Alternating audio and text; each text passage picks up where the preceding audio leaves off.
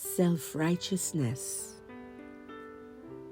But if you call yourself a Jew and rely on the law and boast in God and know His will and approve what is excellent because you are instructed from the law, and if you are sure that you yourself are a guide to the blind, a light to those who are in darkness, an instructor of the foolish, a teacher of children, having in the law the embodiment of knowledge and truth, you then who teach others, do you not teach yourself?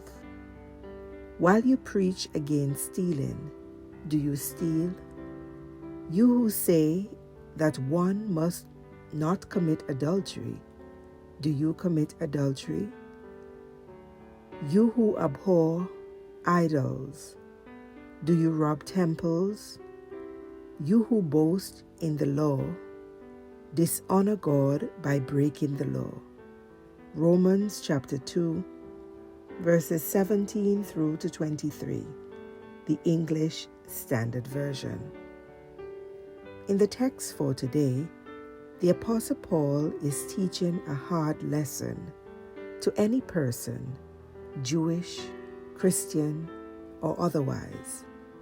To teach this lesson, he has employed rhetorical questions to make his point with much clarity. There is a faulty understanding among some religious Jews, which is also true of any person, Christian or otherwise, who thinks they are justified before God by virtue of their works or deeds. Such persons, according to the Apostle Paul, believe that having the law of Moses given by God is enough to make them right before God. In other words, they cannot fathom that God would judge them for their sin the same way He would others. What the Apostle Paul is making clear here is that having the law is not enough if it is not immaculately practiced or kept. Besides, no one can keep the law so perfectly, according to Romans chapter 3, verse 10. Everyone who is under the jurisdiction of the law eventually breaks the law and dishonor God.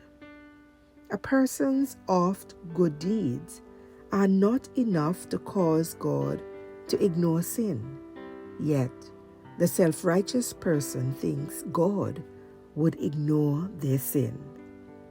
Are you a self-righteous person?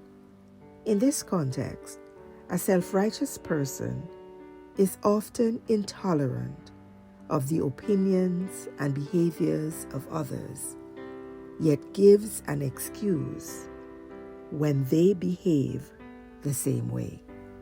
A self-righteous person's perspective on any phenomenon is loaded with self-interest. They are disinterested in seeking an unselfish or objective standard of right and wrong. Jesus says it best in Matthew chapter 7, verse 5. You hypocrite, first take the log out of your own eye, and then you will see clearly to take the speck out of your brother's eyes.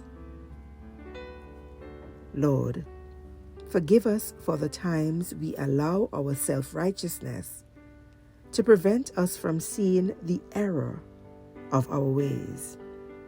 May we ask the forgiveness of those we judge and condemn, yet not judge ourselves for the same sin.